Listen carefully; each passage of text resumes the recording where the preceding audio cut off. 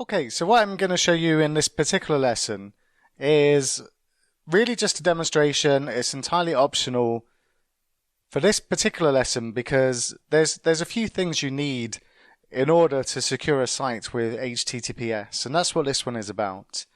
And the first thing you need is a domain name for the sites that we're publishing here. So I've just got a subdomain called reactivities@trycatchlearn.com.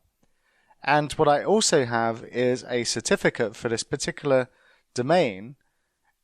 And we can see the connection is secure and the certificate is valid. And if I take a look at the certificate, then what we can see inside here is that there's a subject alternative name for reactivities@trycatchlearn.com. So this is providing security for my network traffic between the client and the server.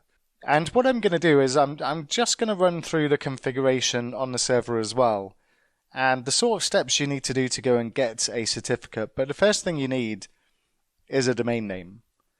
And of course these need to be purchased from a domain name registrar. And once you have that, then you can go and get the certificate or purchase a certificate, because again, this is something else that needs to be purchased. So I'm just going to run through the configuration on the server where this is hosted. And what I'm going to do first of all is just show the list of sites that are enabled in Apache. So I'm just going to say Apache 2 CTL-S, and this is going to show a list of the sites and the virtual hosts that I have running on this particular instance of this particular server. So I've got two configurations, one for the same as we had before, running on any IP address on port 80, but specifically this one's got a server name attribute rather than just running on the IP address. And I've also got the same for port 443, the HTTPS port, for the same server name in this case. And I have two separate configurations for these as well. One's in sites enabled reactivities.conf, and the other one's in reactivities-ssl.conf. So in order to enable SSL on Apache, there is a command that you can use to do so, and that would be sudo a2 enable mod or nmod and then just SSL. But this is already running on my particular server.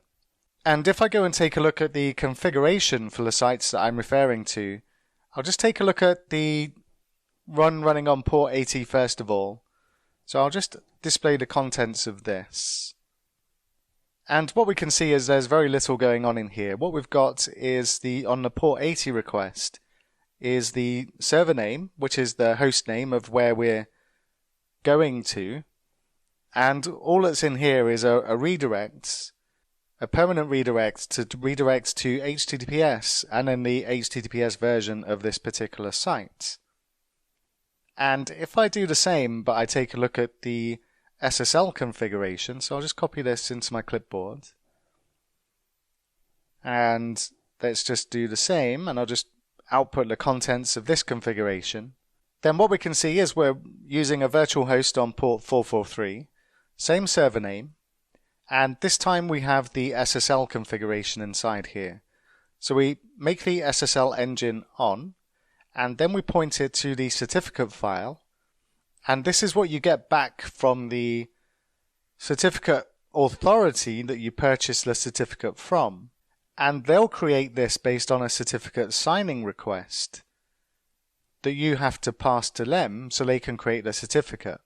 What you also have when you create a certificate signing request is a key that's associated with that specific certificate. And this key never leaves the server. It always remains securely on your server, so nobody can ever get to it. It never leaves, it never gets sent to the client. You don't give this to the certificate authority. This is always private to your server. And there's also a certificate chain file in here as well that the certificate authority provides that also needs to be specified inside here. The rest of the configuration inside here is exactly the same as we had before. Now the only other thing that I haven't demonstrated is that you would need to generate a certificate signing request. And just to show you what this would look like, I'll just paste it into my clipboard here. So this is just an example, and again, this is just a line of code I've copied from the certificate authority where I bought the certificate that I'm using. And this command is going to give us a new certificate signing request.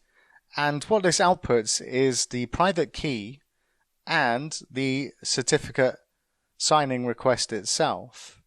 And this is just a demo, so I'll just press return just to show you what you get from this.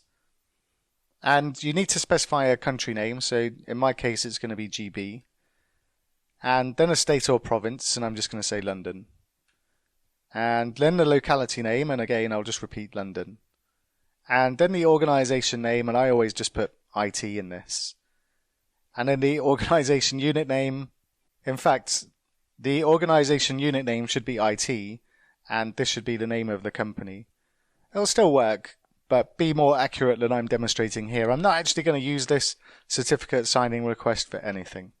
And then the common name, which is going to be the name of the site, and the one that I've used that I've demonstrated is reactivities.trycatchlearn.com, but because this is just a demo, I'm just going to say sitename.com and press return, and the email address I'll just say bob@test.com and press return. And then we get some extra attributes to be sent with a request, which the certificate authority should ask for, and I'll just put password in there, and an optional company name as well, and I'll just say Reactivities as the company name. And what this gives us, if I just take a look inside my directory here, we get the site name.csr, and this is what we use to send to the certificate authority, and we also get the private key. And keep this one safe, because you definitely need this, otherwise you'll never be able to use the certificate that you get back from the certificate authority. So inside the certificate signing request, if I just display the contents of this, then this is the certificate request that you would use to go and get that certificate. And as I say, this is only going to be useful for this particular key, and the certificate you get back is only useful with this particular key. And then the rest of it is as I've demonstrated in the configuration. And once you have all of this in place, then you'll be able to go back and see your site being served securely from the server. But the big question is this as secure as it could be? What happens if I test my site against a site that's designed to check our security headers? And I'm just going to go to securityheaders.io, which takes me to securityheaders.com. And if I put the address in of my site and I hit the scan button, then we get an F, which is highly disappointing, and it's worse than being back at school. So what we'll do is we do get some information that goes along with this and things that we can do to improve the security of our site. And what we'll do next is we'll take a look at what these headers are, what we can do to apply them to our server, and we want to turn this F into an A or an A+, and we'll take a look at how we can do that next.